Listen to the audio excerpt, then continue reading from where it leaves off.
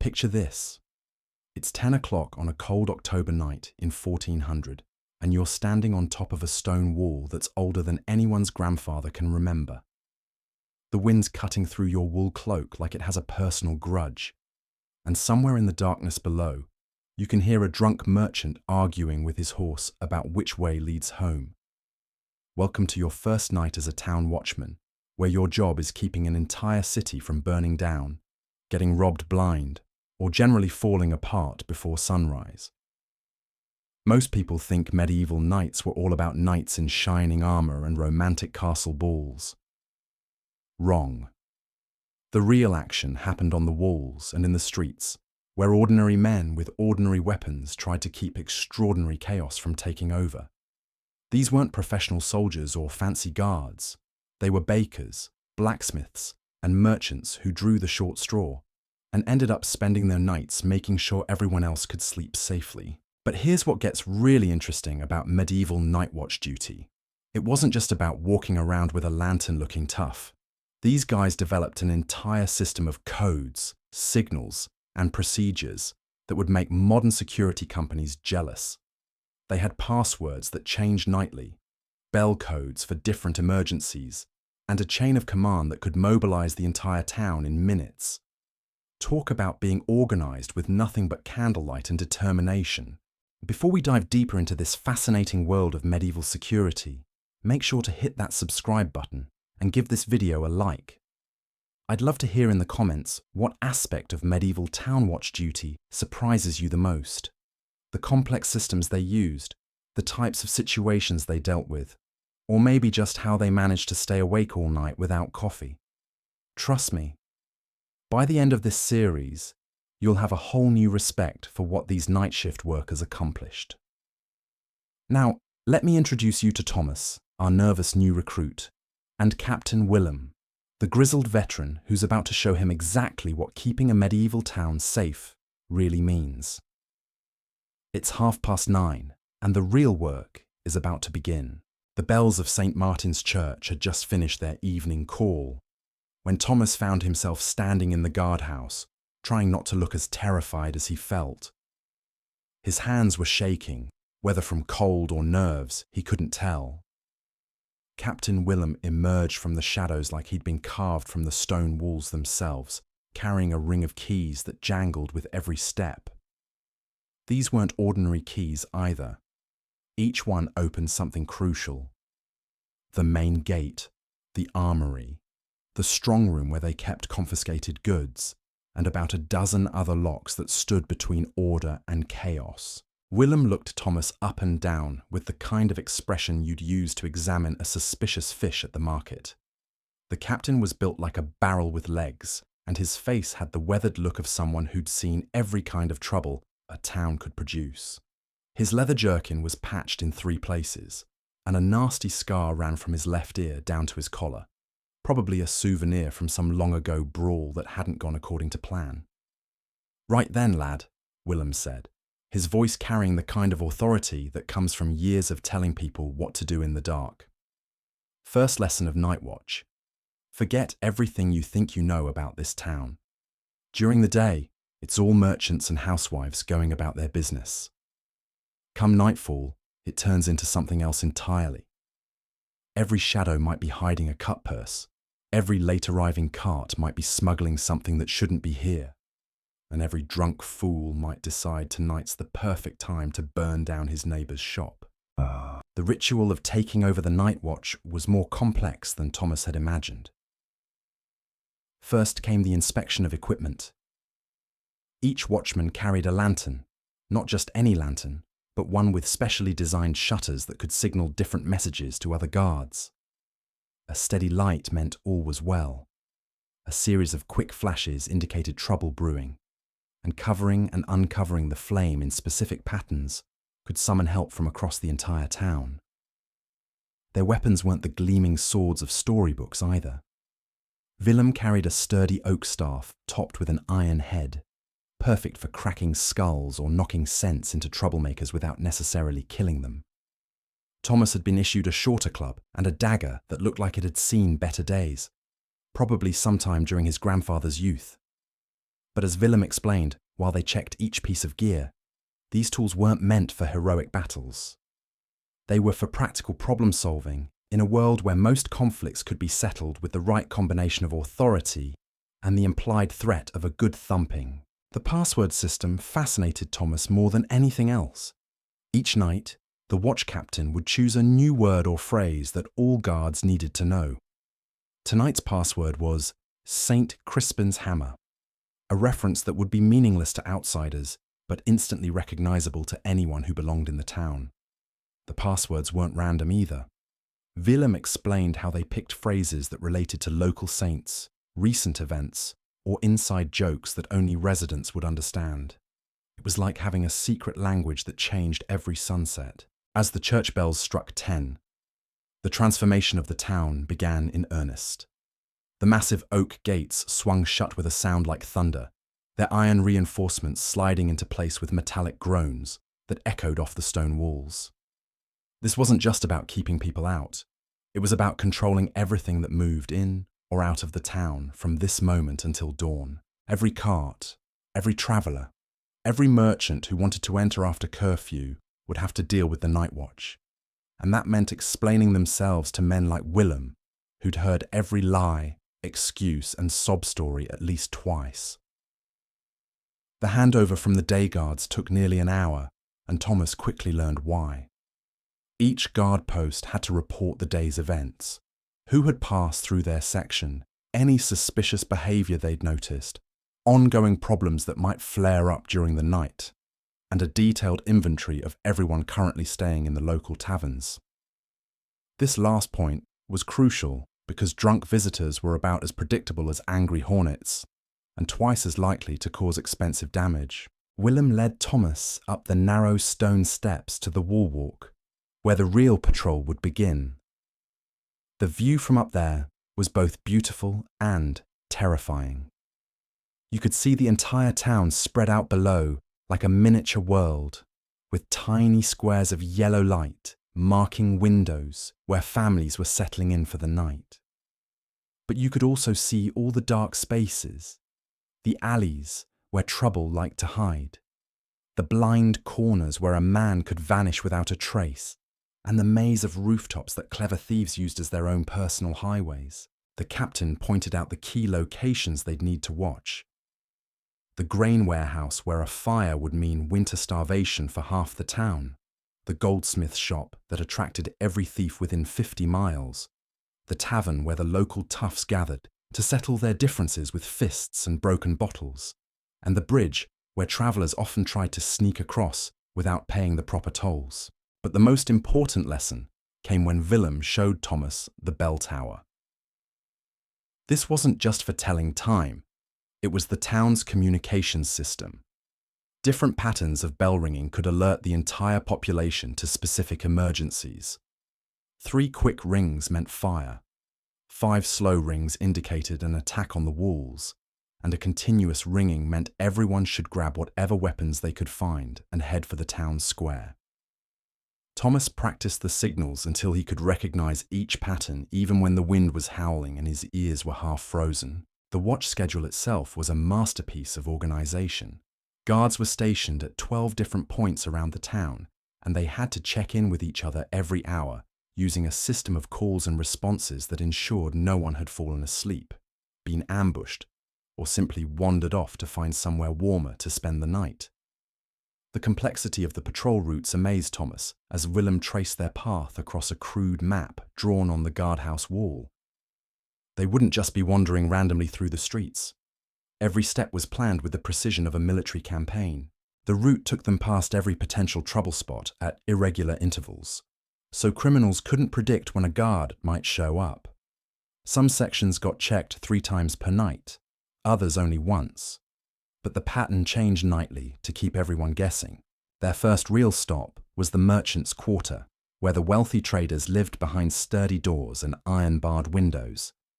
This area required a delicate touch, Willem explained, because these people paid extra taxes for protection, but also complained loudly if guards made too much noise during their patrols. The trick was being visible enough to deter thieves, but quiet enough not to wake anyone who might write angry letters to the town council come morning. As they walked the narrow streets, Thomas learned to read the subtle signs that separated a normal night from potential disaster. A tavern that was too quiet might mean the patrons were plotting something, but one that was too loud could explode into violence at any moment. Windows that should show candlelight but didn't might indicate families had fled, been robbed, or worse. Even the behavior of cats and dogs provided clues. Animals could sense trouble brewing long before humans caught on. The first real test came when they spotted smoke rising from the cloth district. Not thick black smoke that meant a house fire, but thin wisps that could indicate anything from a carelessly banked fire to someone trying to burn evidence of a crime. Willem moved faster than Thomas expected for a man his size, and they covered the 3 blocks to the source in what felt like moments.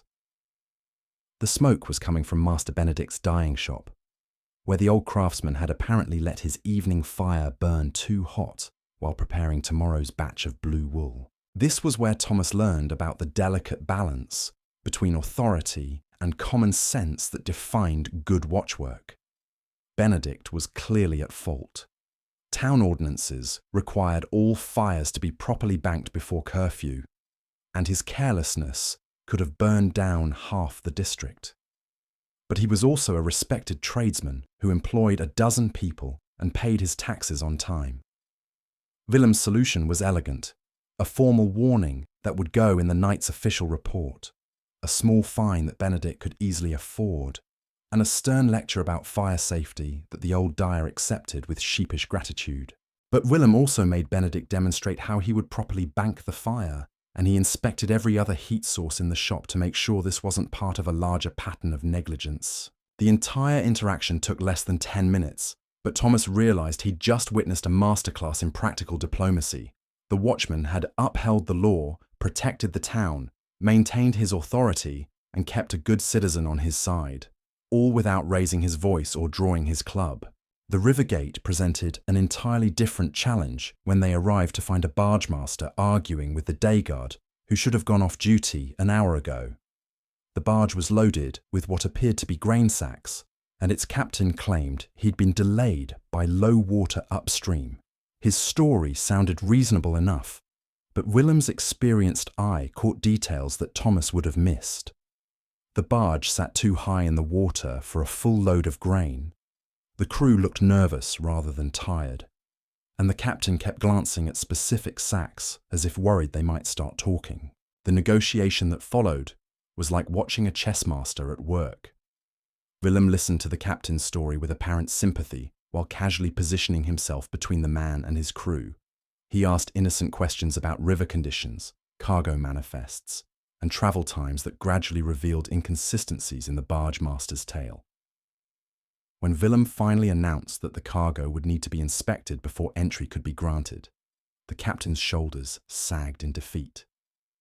The grain sacks turned out to contain salt, a valuable commodity that carried much higher import taxes than grain. The barge master had been trying to sneak his cargo past the gate guards under cover of darkness and a false manifest.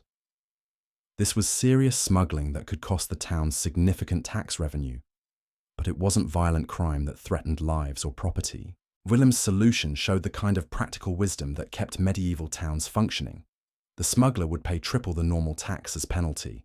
His cargo would be confiscated and sold at market price, with proceeds going to the town treasury, and he would be banned from using this gate for 6 months. But he wouldn't be imprisoned, flogged, or permanently exiled, punishments that would have been justified under the law, but would also have created a dangerous enemy who might return seeking revenge.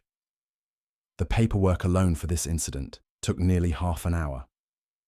Willem had to record the smuggler's name, home port, cargo details, penalties assessed, and a summary of the incident for the town magistrate's review. Medieval bureaucracy was more thorough than most people realized, and every significant event during night watch duty generated documents that would be filed, cross-referenced, and preserved for years. As they continued their patrol through the market quarter, Thomas began to understand the rhythm that governed night watch work.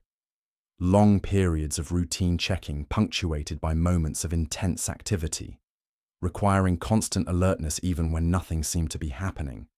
The successful watchman developed an almost supernatural ability to sense when something was wrong, a skill that came from knowing his town so intimately that the slightest deviation from normal patterns rang alarm bells in his head. The most dangerous part of the night often came just after midnight, when the last legitimate travelers had found shelter and anyone still moving through the streets was probably up to no good. This was when Willem's years of experience showed most clearly. He could identify troublemakers from 50 paces away, spot a pickpocket working a crowd that existed only in his imagination, and sense the difference between a drunk looking for his door and a burglar looking for an easy target. Their patrol took them past the goldsmith's quarter, just as a figure emerged from the shadows between two buildings. The man moved with the careful precision of someone trying very hard to appear casual, but Willem's hand went to his staff immediately. Thomas tensed, ready for his first real confrontation, but the captain's approach was subtly different from what he expected. Instead of charging forward with authority blazing, Willem simply called out a cheerful, "Evening, friend." Bit late to be wandering about, wouldn't you say? The man froze like a deer caught in torchlight, and Thomas could practically see him calculating whether to run, fight, or try to talk his way out of whatever he'd been planning. What happened next taught Thomas more about real watchwork than any training manual ever could.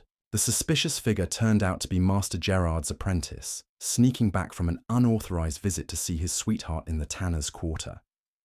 The boy was shaking so hard he could barely speak, convinced he'd be dragged before the magistrate for breaking curfew. But Willem had dealt with lovesick apprentices before. After extracting a promise that the boy would stick to approved courting hours and get his master's permission for future romantic adventures, the captain sent him on his way with nothing more than a stern warning about the dangers of wandering dark streets alone. This encounter revealed another layer of the watchman's responsibilities that Thomas hadn't considered. They weren't just law enforcement, they were part counselor, part parent, and part community elder. Willem knew every family in his district, understood their relationships and problems, and could distinguish between genuine threats to public order and the normal messiness of human life. A young man sneaking out to see his girl wasn't the same as a cutpurse stalking victims, even if both involved people moving through the streets after curfew. The bells of St. Bartholomew's were striking one when they heard the commotion from Brewer's Lane. Not the usual sounds of tavern revelry, but the specific combination of shouting, crashing, and general mayhem that meant a serious fight was brewing. Willem picked up his pace without breaking into a run. Arriving out of breath would make him look weak, and showing panic would escalate whatever situation they were walking into. The scene at the Boar's Head Tavern was exactly what Thomas had imagined medieval bar fights would look like, except messier and more confusing. Two groups of men were facing off across overturned tables, waving everything from eating knives to broken chair legs. The air was thick with accusations about cheating at dice, stolen purses, and impugned ancestry going back 3 generations. The tavern keeper stood behind his bar looking like he'd rather be anywhere else, probably calculating how much this would cost him in broken furniture and spilled ale. Willem's approach to crowd control was masterful. Instead of wading into the middle of the confrontation, he positioned himself in the doorway where his lantern would cast his shadow large across the room. Then he simply stood there, silent and imposing, letting the authority of his position speak louder than any shouted commands. The fighting gradually died down as the combatants noticed they had an audience, and within minutes, the whole crowd was looking sheepishly at their feet, like schoolboys caught fighting in church. The actual dispute was typical tavern nonsense. A merchant from the next town over claimed a local wool trader had used loaded dice to cheat him out of 2 silver pieces. The wool trader insisted the merchant was a poor loser trying to avoid paying legitimate gambling debts. Their friends had naturally taken sides, and what started as an argument had escalated into furniture-breaking territory. Sorting out the truth required the kind of detective work that would have impressed a modern police officer. Willem examined the disputed dice, questioned witnesses, checked the men's purses to see if their stories about winnings and losses made sense. and even inspected the scratches on the table to determine how the games had been played. The whole process took nearly an hour, but by the end, he'd reconstructed exactly what had happened. The dice weren't loaded, but the merchant had been drinking heavily and making increasingly reckless bets as his luck turned sour. The wool trader had been taking advantage of his opponent's intoxication, which wasn't illegal, but wasn't particularly sporting either. Willem's judgment split the difference. The merchant would pay half his claimed losses. The wool trader would forfeit his evening's winnings to compensate the tavern keeper for damages, and both men would be banned from gambling in public houses for a month. More importantly, Willem made both groups clean up the mess they'd created before anyone was allowed to leave. There's nothing quite like sweeping up broken crockery and mopping spilled ale to cool down heated tempers. By the time they finished, the would-be combatants were joking with each other about their stupidity and sharing drinks to seal their reconciliation. The paperwork for this incident was even more complex than the smuggling case. Willem had to record the names of all participants, document the property damage, note the fines and punishments assessed, and write a detailed summary for the magistrate's morning review. Medieval law required precise documentation of every official action, partly to prevent corruption and partly to establish precedents for handling similar cases in the future. As they left the tavern, Thomas realized he'd just watched a masterclass in conflict resolution. Willem had restored order without drawing his weapon, dispensed justice that satisfied all parties, and turned potential enemies into friends, all while upholding the law and protecting the town's reputation for fair dealing. It was the kind of sophisticated problem-solving that required years of experience and a deep understanding of human nature. The next few hours passed in relative quiet as they completed their circuit of the town walls. Willem used this peaceful time to teach Thomas the subtle skills that separated competent watchmen from those who got themselves killed in dark alleys. How to walk silently on cobblestones, how to use shadows to remain invisible while still being able to see everything, how to read the behavior of cats and dogs for early warning of intruders, and how to distinguish between the sounds of normal nighttime activity and genuine trouble. They were checking the locks on the grain warehouse when Willem suddenly held up his hand for silence. Thomas strained his ears, but heard nothing unusual, just the normal creaking of wooden buildings and the distant sound of wind in the trees beyond the walls. But the captain's expression had turned deadly serious, and he was scanning the shadows around them with the intensity of a hunting hawk. Then Thomas heard it too, the soft scraping sound of someone trying to force a lock. It was coming from the direction of the goldsmith's shop, and it definitely wasn't the sound of a legitimate resident coming home late.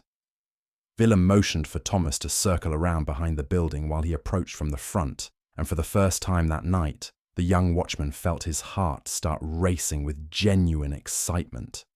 The would-be burglar turned out to be a scrawny teenager who looked like he'd been living rough for weeks.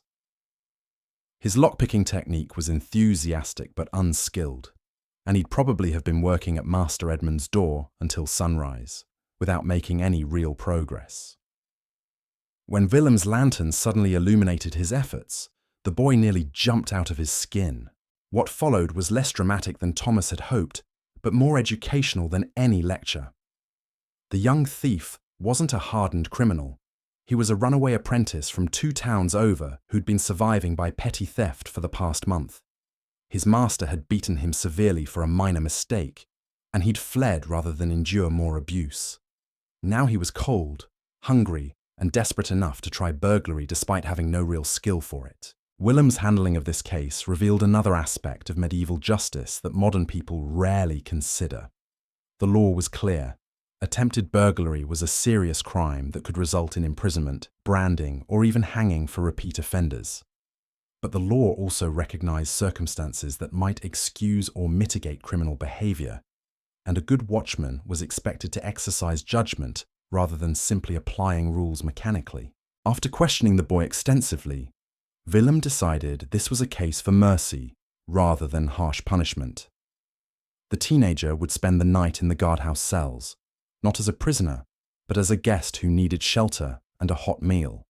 In the morning, Willem would write letters to the boy's hometown to verify his story about the abusive master. If the story checked out, they would try to find him legitimate employment in their own town, rather than sending him back to more beatings. The decision wasn't purely humanitarian. It was also practical. A young man driven to crime by desperation might become a valuable citizen if given better alternatives, while harsh punishment would likely just create a more hardened and skillful criminal. Medieval communities were small enough that everyone's fate was interconnected, and wise officials understood that justice had to serve the community's long-term interests, rather than just satisfying immediate desires for retribution. The administrative work for this incident was particularly complex because it involved someone from outside their jurisdiction. Willem had to write reports for both his own magistrate and the authorities in the boy's hometown, document the circumstances of the attempted crime, and justify his decision to show mercy. The paperwork alone would take most of the next morning, but it was essential for maintaining the legal and political relationships between communities. As they walked the boy back to the guardhouse, Thomas noticed how Willem kept up a steady stream of conversation designed to learn everything possible about conditions in other towns, recent travelers on the roads, and potential threats that might be heading their way. A good watchman was also an intelligence gatherer, and information from travelers, merchants, and even criminals could provide early warning of problems that might affect his own community. The pre-dawn hours brought their own unique challenges as the town began the subtle transition from night to day. Early rising bakers started their ovens, creating the risk of fires in buildings where everyone else was still asleep. Farmers arrived at the gates with carts full of produce for the morning market, requiring careful inspection to ensure they weren't smuggling contraband along with their turnips and cabbages. And somewhere in the darkness, the truly professional criminals, the ones skilled enough to avoid detection during the main patrol hours, might be making their moves. Willem's experience showed in how he adjusted their patrol pattern for these changing conditions. They spent more time near the bakeries and other fire-prone businesses, positioned themselves to observe the early arrivals at the gates, and paid special attention to areas that had been quiet earlier, but might now be attractive to skilled thieves who'd been waiting for the guards to pass. The most delicate moment came just before dawn, when a well-dressed stranger approached the main gate claiming to be a merchant who'd been robbed on the road and needed immediate entry to seek help from the local magistrate. His story was plausible. His clothing suggested wealth and respectability, and his distress appeared genuine. But something about the man's manner made Willem suspicious, and Thomas watched as the captain began the careful process of verification that could mean the difference between helping a victim and admitting a dangerous criminal to the town. The questioning process was like watching a surgeon at work. Willem asked about the supposed robbery with casual interest, while his eyes catalogued every detail of the stranger's appearance. The man's boots were expensive, but showed no signs of hard travel. His cloak was muddy in exactly the wrong places for someone who'd been attacked on the main road. Most telling of all, he kept touching a bulge under his left arm that suggested a concealed weapon, not the behavior of a helpless victim seeking sanctuary. Thomas held his breath as Willem made his decision. Instead of refusing entry outright, which might provoke violence, the captain offered to escort the man personally to the magistrate's house. The stranger's face went pale when he realized he'd be under constant supervision rather than free to roam the town, and his story began changing in subtle ways that confirmed Willem's suspicions. What happened next was the smoothest arrest Thomas had ever witnessed.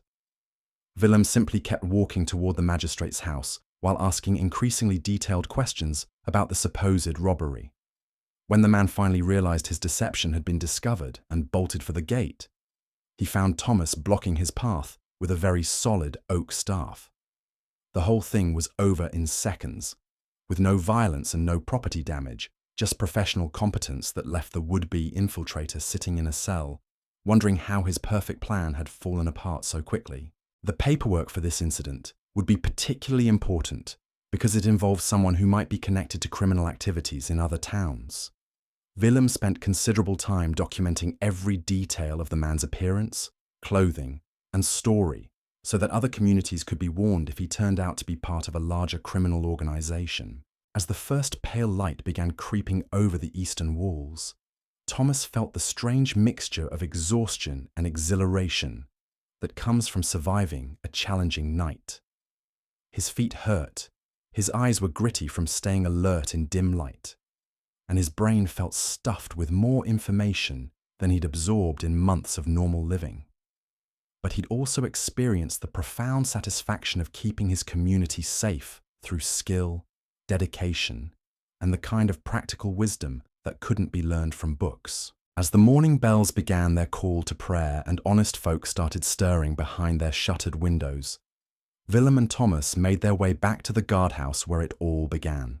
The captain's ring of keys felt heavier now, not from their weight, but from everything Thomas had learned about the responsibility they represented. Willem sat down at the scarred wooden table and opened the night watch ledger, dipping his quill in ink that had probably seen more drama than most people's entire lives. His final entry was elegantly simple. 3rd night of October, year of our Lord, 1400. Watch kept from 10th bell to dawn. 2 incidents of smuggling resolved with fines assessed. 1 tavern disturbance settled without bloodshed. 1 attempted burglary prevented. Perpetrator housed pending inquiry. No fires, no murders, no missing persons. Keys returned. Watch concluded. Town stands secure. Thomas realized he'd just witnessed something that happened every single night across medieval Europe. Ordinary people doing extraordinary work to keep civilization from crumbling into chaos, one careful decision at a time.